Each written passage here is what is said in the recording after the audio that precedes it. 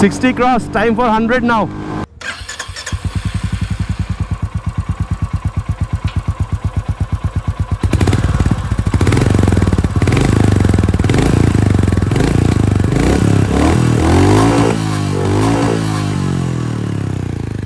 Hello friends and welcome back to motor refined. আমি আপনাদের host and দোস্ত অরিন্দম ঘোষ, আর আজকে আপনাদের জন্য ফাইনালি নিয়ে চলে এসেছি all new 2024 royal Enfield Goan classic 350। এবার ক্লাসিক 350 থেকে গোয়ান ক্লাসিক 350 কতটা এখানে ডিফারেন্ট, বিকজ কোম্পানি এটাকে ববার স্টাইলে লঞ্চ করেছে। এসে কম্পিটিশনের সাথে কম্পেয়ার করলে বাইকটা কিনা কতটা ঠিক হতে পারে, রাইড এক্সপিরিয়েন্স আমার এই বাইকটার সাথে কীরকম, কতগুলো কালার আছে, feature specification, mileage, everything in detail আপনাদের সাথে এখানে আমি ডিসকাশন করবো। And very special thanks to Kolkata bike zone for providing me this bike, যাতে আমি আপনাদের পর্যন্ত এই রিভিউটা পৌঁছে দিতে পারি। ওয়েস্ট বেঙ্গলের কলকাতা, হাওড়া, হুগলিতে যদি আপনি থাকেন কোনো রকমের, এখানে আপনি যদি রয়্যাল এনফিল্ডের প্রোডাক্ট কিনতে চান, শোরুমকে আপনি কন্ট্যাক্ট করতে পারেন। ডিটেলসটা অলরেডি আপনারা নিজেদের স্ক্রিনে দেখে নিয়েছেন। তাহলে চলুন দেরি না করে শুরু করা যাক। বন্ধুগণ, রাইডে যাওয়ার আগে ছোট্ট একটা ওয়াক অ্যারাউন্ড শেয়ার করতে চাইবো, বিকজ বাইকটা একদমই নতুন। স্টার্ট করবো উইথ দ্য কি, রয়্যাল এনফিল্ডের লোগোর সাথে আপনি কিন্তু এখানে ওয়েভ কি পাচ্ছেন। এবার একটু এই লুকটার ব্যাপারে কথা বলা যাক।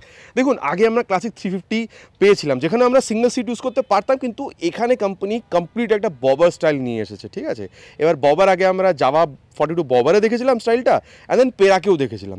কিন্তু এখানে যদি আমি আপনাদের সাথে নিজের একটা পার্সোনাল এক্সপিরিয়েন্স শেয়ার করি, মানে এই যে হ্যান্ডেলবার রেসটা দেখছেন, এইটা দেখে না, যখন প্রথমবার আমি বাইকটাকে দেখলাম, আমি ওই প্রভাসজির যে একটা ব্যাড বয় সং আছে না, বলতে পারেন এখানে জ্যাকলিন ফার্নান্ডেজের সাথে, ওখানে এই বাইকটা চালিয়েও নিয়ে এসেছিলেন। ঠিক আছে, তো আলাদাই একটা ফিল আসলে বাইকটাকে দেখে, মানে মোটামুটি ওই রকমই লেগেছিল আমার এই রেস হ্যান্ডেল বারটাকে দেখে। এবার নিজস্ব একটা মানে এক্সপিরিয়েন্স শেয়ার করলাম, আপনারা জানাবেন যে আপনাদের কী ফিল হচ্ছে বাইকটাকে দেখে, ডিজাইনটা কীরকম লাগছে। এবার দেখুন, কোম্পানি বক্তব্য হচ্ছে এই যে রেস হ্যান্ডেল বার দিয়েছে, এটার কারণ হচ্ছে যাতে আরও বেশি কমফোর্টেবল রাইড দেওয়া যায় ডিউরিং লং রাইডস। ঠিক আছে, এবার দেখুন কালারটার ব্যাপারে আপনাদেরকে বলি, চারটে মোটামোটা কালার আপনারা এখানে পাবেন। যেরকম সিঙ্গেল টোন দুটো কালার, ডুয়াল টোন দুটো কালার। সিঙ্গেল টোনে আপনারা এখানে বলতে পারেন পার্পল বা ব্ল্যাক পাবেন, অ্যান্ড দেন ডুয়াল টোনে এখানে যে বলতে পারেন ট্রিপটিল, অ্যান্ড দেন আপনারা এখানে একটা রেড ব্ল্যাকের একটা মিক্সচার পাবেন। ঠিক আছে, এবার প্রাইসের ব্যাপারটা বলি। সিঙ্গেল টোন কালারে 2,71,000 পর্যন্ত পে করতে হবে, অ্যান্ড দেন এই ডুয়াল টোন এই কালারটাতে 2,74,000, 3,000 টাকা আরও বেশি পে করবেন। এবার দেখুন, price is according to Kolkata, আপনাদের এতে ডিফারেন্ট হতে পারে ডিপেন্ডিং আপন insurance and RTO charges. So যদি আপনার এরিয়ার প্রাইস জানার প্রয়োজন বোধ থাকে, নিচে প্লিজ কমেন্ট করে জানাবেন, আমি চেষ্টা করবো আপনাদেরকে প্রাইসের সাথে রিপ্লাই করার। ঠিক আছে, তো এবার দেখুন প্রাইসটা আপনাদেরকে বললাম। এবার যদি ক্লাসিক 350 সাথে গোয়ান ক্লাসিক 350 কম্প্যারিজন করেন, এখানে কতটা প্রাইস বাড়ছে। ক্লাসিক 350 টপ মডেল মোটামুটি 2,65,000 পর্যন্ত আসে। সো সিঙ্গেল টোন কালারের সাথে যদি দেখেন মোটামুটি 6,000 টাকা বেশি পে করছেন, আর এই ডুয়াল টোন কালারের সাথে যদি দেখেন ক্লাসিক 350 থেকে এখানে আপনি মোটামুটি আরও 9,000 টাকা এক্সট্রা পে করছেন। আচ্ছা, এবার দেখুন বাইকটা একদমই নতুন, কালারটা একদমই নতুন। একবার 360 ভিউ আপনাদের দিয়ে দিই। এখানে আপনিও একটু বলতে পারেন যে ব্লুইশ গ্রিন কালার, টার্কয়েস ব্লু, এরকম একটা কালার আপনি পাচ্ছেন। কোম্পানিটাকে ট্রিপটিল কালার বলছে। ঠিক আছে, ব্লুইশ গ্রিন বলতে পারেন। এখানে এই যে কমপ্লিটলি না বাইকটাকে ওই কালারে রাখার চেষ্টা করা হয়েছে, আর এই যে স্ট্রিপটা এখানে দেওয়া হয়েছে অ্যাজ এ স্টিকারিং, যেটা মোটামুটি বলতে পারেন ট্যাঙ্ক থেকে গিয়ে নিচে কিন্তু ওই মাডগার্ড পর্যন্ত যাচ্ছে। অ্যান্ড দেন যদি দেখেন সেম এখানে ওই ট্যাঙ্কটাও আপনারা পাচ্ছেন, সেম কালারের স্ট্রিপটা এখান দিয়েও আসছে। অ্যান্ড দেন এখানে যদি দেখেন রয়্যাল এনফিল্ড কিন্তু 3Dতে নেই, এই পুরো জিনিসটা কিন্তু আপনি অ্যাজ স্টিকারিং পাচ্ছেন। অ্যান্ড দেন ইঞ্জিনটা যদি দেখেন, এখানে সিলভার আর এই ব্ল্যাক কালারটা বলতে পারেন ম্যাট ব্ল্যাক, মানে ম্যাট কালারে, কিন্তু এখানে এই ব্ল্যাক কালারটা কিন্তু আবার আপনি শাইনি বলতে পারেন ব্ল্যাক কালার পাচ্ছেন। অ্যান্ড দেন এই যে ক্রোম কালারটা, ঠিক আছে, এক্সস্ট ইউজ করা হচ্ছে, সো দ্যাট প্রিমিয়াম যে ব্যাপারটা ওটা যেন কোনো রকমের এখানে লস না হয়। তারপরে সেম টিল কালারে দেখতে পাচ্ছেন গোয়ান ক্লাসিকটা এখানে আপনি স্টিকারিংয়ে পাচ্ছেন। আচ্ছা, এবার একটা কথা বলি, যখন আপনি বাইকটা কিনবেন তখন কিন্তু দুটো সিটই থাকবে।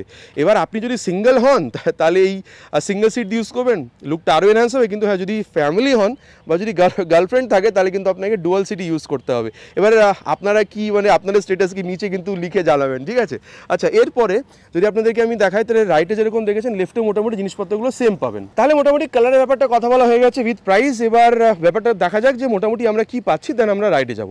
সবথেকে প্রথমে যদি ফ্রন্ট ব্যাপারটা দেখাই, এই যে যখন আপনি দেখছেন এই যে পাইলট ল্যাম্পটা আপনি এখানে এলইডিতে পাচ্ছেন, আগের ক্লাসিকে আমরা এটাকে হ্যালোজেনে পেতাম। ঠিক আছে, আচ্ছা, এরপরে এবার এটাকে ইঞ্জিনটাকে অন করি। এই যে এখানে ওই হিমালয়ান বা সুপার মিটিওর বা এখন যেরকম বেস 650 এসছে ওই রকমই আপনি এখানেও পাচ্ছেন। অ্যান্ড দেন হাইবিম লোবিম পাস লাইট এখান দিয়ে অপারেট করতে পারবেন। এটা আপনার হাইবিম লোবিম অ্যান্ড দেন পাস লাইট। এবার এটাকে এখানে আমরা বন্ধ করি।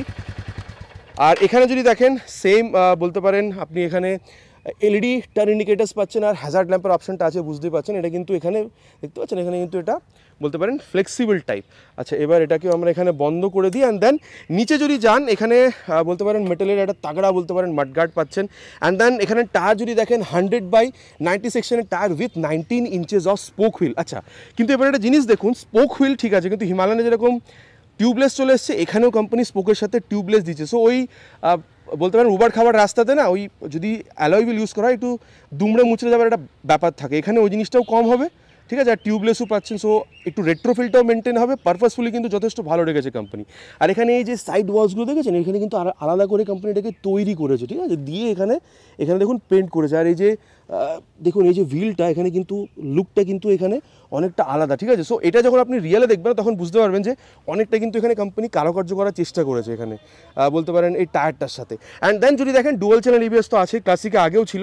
আর তারপরে ফ্রন্টে যদি এখানে দেখেন আপনি 300 mm বড় একটা ডিস্ক পাচ্ছেন উইথ দিস বাইব্রেক ক্যালিপার। আচ্ছা, সাসপেনশনটা যদি দেখেন 41 mm এর বলতে পারেন, যেখানে আপনি এই টেলিস্কোপিক ফোকটা পাচ্ছেন with this reflector on it. আর সাথে বলতে পারেন যে কোম্পানির বক্তব্য এখানে 130 mm পর্যন্ত আপনি হুইল ট্রাভেল পাবেন। এবার চালানোর টাইমে এটাকে আমরা ডিসকাস করে দেখব। আচ্ছা, এরপরে ইঞ্জিনের ব্যাপারটা বলি আপনাদেরকে, রিমেন সেম যেরকম J সিরিজ ইঞ্জিনে আমরা পেয়ে থাকি। এখানে আপনারা 349cc SOHC single cylinder air oil cool ফিলেটেড ইঞ্জিন পাচ্ছেন। এবার বলবেন ভাই এয়ার কুল ঠিক আছে, অয়েল কুলটা কোথায়? ইঞ্জিনের ভেতরে হচ্ছে, কোম্পানির বক্তব্য J সিরিজ ইঞ্জিনে অয়েল কুলিংটা ভেতরে আছে। আচ্ছা, এরপরে পাওয়ার যদি দেখেন ওটাও সেম 20.2 PS এর max power and then 27 newton max torque আপনারা এখানে পেয়ে যাবেন। এরপরে যদি আপনি এখানে এই ফুট ট্রেস বা যদি ব্রেক লিভারের কোয়ালিটিটা দেখেন, যথেষ্ট কিন্তু আপনি এখানে ভালোই পাচ্ছেন। এবার দেখুন রয়্যাল এনফিল্ডের লোগোটাও এখানে দেওয়া আছে। আর এবার চলুন এই যে এক্সস্টটা, ওটা আপনাদেরকে আমি এখানে একবার শুনিয়ে দিই।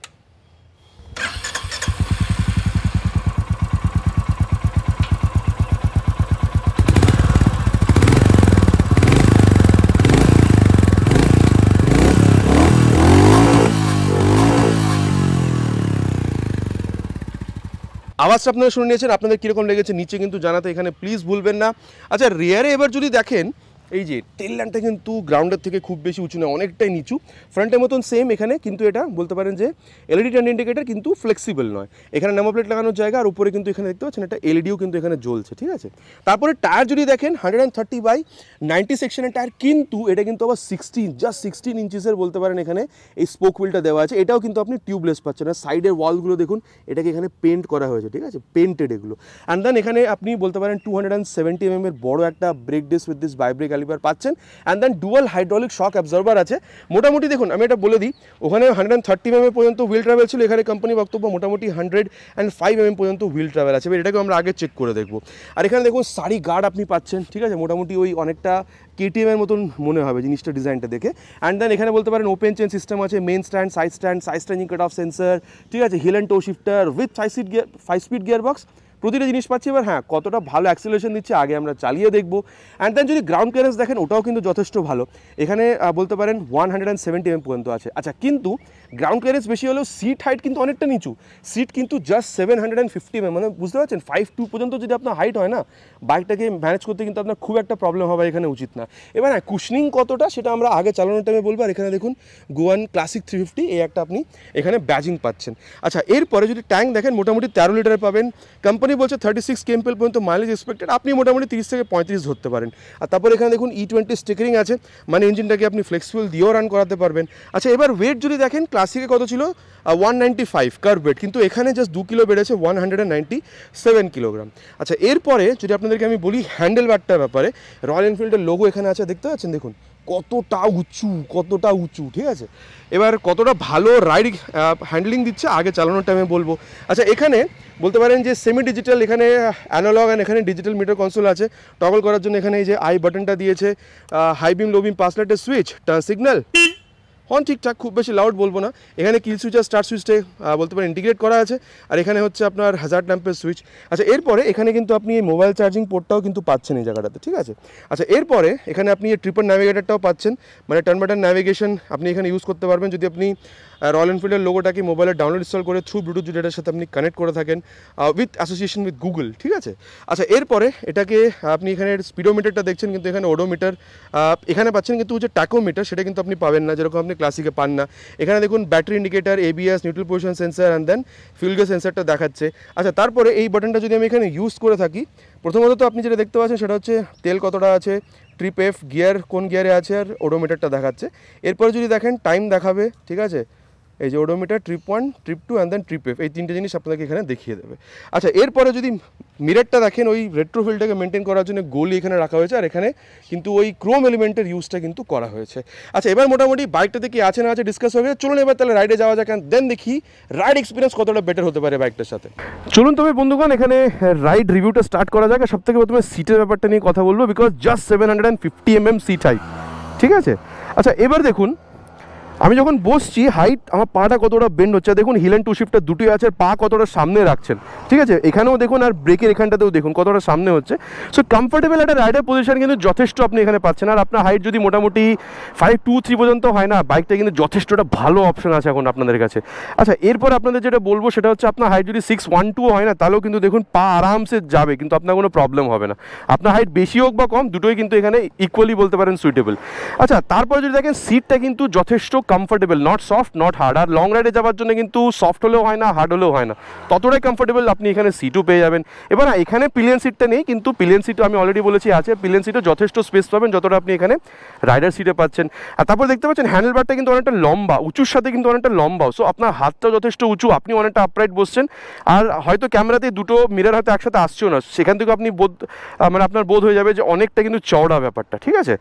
আর চলুন তবে এবার স্টার্ট করা যাক।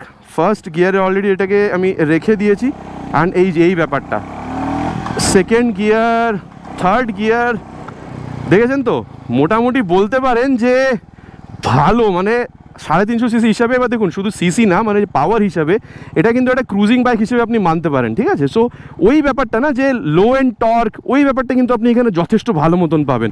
আর এবার দেখুন ভাইব্রেশন খুব একটা কিন্তু আমার এখানে ফিল হয়নি। এবার কি আছে না আছে এটা আমরা আগে অ্যাক্সিলারেশনের টাইমের যখন এটাকে টেস্ট করবো তারপরে এটার ব্যাপারে আরও কথা বলবো।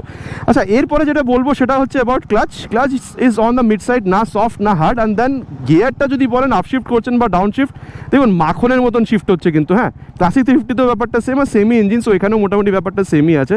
স্মুথনেস তো আছে, আর একদম সফট বলতে পারেন গিয়ার শিফটিং হচ্ছে, বলতে পারেন টো বা হিল শিফটার দুটোই কিন্তু মাখনের মতন শিফট আপনি করতে পারছেন। আচ্ছা, এরপরে যেটা দেখবো সেটা হচ্ছে অ্যাক্সেলারেশন। চলুন তাহলে এটা করে নিই, দেন এটা পারফরমেন্সের ব্যাপারে আগে কথা বলবো। Will start with 3 horns.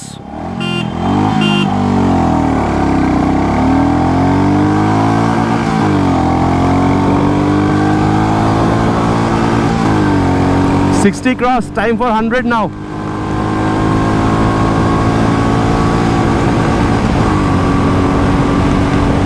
also crossed.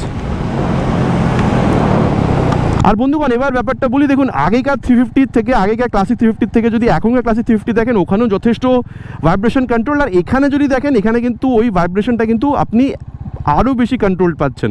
মানে বলতে পারেন 90-95 পর্যন্ত কিন্তু এমন কিছু ভাইব্রেশন নেই। কিন্তু যদি আপনি হাইওয়েতে ক্রুজ করতে চান, আমি আপনাদের বলে দিচ্ছি মোটামুটি 5th গিয়ারে রাখুন, অ্যান্ড দেন 100 থেকে 110 পর্যন্ত টানুন, ওটা কমফোর্টেবল ক্রুজিং স্পিড হিসাবে নিতে পারেন।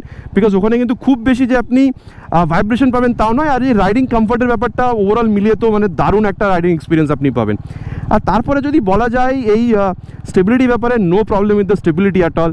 অ্যান্ড দেন যদি দেখেন যে এখানে মানে ইঞ্জিন হিটিংয়ের ব্যাপারটা কি, দেখুন এমন অ্যাজ কিছু ইঞ্জিন হিটিং যে হবে সেটা আমি বলবো না, কিন্তু হতে পারে। তো ফার্স্ট সার্ভিসটা করিয়ে নেবেন, তারপর আমার মনে হয় না খুব বেশি আপনাদের এখানে ইঞ্জিন হিটিং এখানে ফিল হবে, ঠিক আছে। ট্রাইড অ্যান্ড টেস্টেড মডেল যে সিরিজের ইঞ্জিনগুলো। আর তারপরে দেখুন কোম্পানি ক্লেম করছে 36 kmpl, মোটামুটি 30 থেকে 35 পর্যন্ত যদি আপনি 70-80 স্পিডে চালান, তাহলে মোটামুটি এই রেঞ্জের মধ্যে আপনি মাইলেজটাও পেয়ে যাবেন। আর এরপরে বন্ধুগণ যেটা বলবো সেটা হচ্ছে অ্যাবাউট ব্রেকিং। এই যে ব্রেকটা মোটামুটি আমি এখানে 60-তে নিয়ে যাবো, দিয়ে ফ্রন্ট ব্রেক করবো। এই যে 60-তে নিয়ে গিয়ে ফ্রন্ট ব্রেক, বুঝতে পারলেন। মানে ফ্রন্ট ব্রেকটা যদি আপনি মানে এখানে দেখেন, এখানে কিন্তু এটা একটু মিড সাইডে আছে, বেশি টানলে তবে আপনি ভালো রেসপন্সটা পাচ্ছেন। 300 mm এর ব্রেকটি যথেষ্ট ভালো ব্রেক বাইট ফিডব্যাক দিচ্ছে। আর হ্যাঁ, ABS-টা কিন্তু ইনক্লুড করেনি, তার মানে এটা নয় যে ব্রেক খারাপ বা ABS খারাপ, হয়তো ফেসলার ছিল না ওই জন্য এখানে ব্রেক ABS-টা এখানে ইনক্লুড করেনি। এবার চলুন তাহলে রিয়ার ব্রেকটাকেও টেস্ট করে দেখা যাক। মোটামুটি ওই 60-এ নিয়ে যাবো, অ্যান্ড ইয়েস,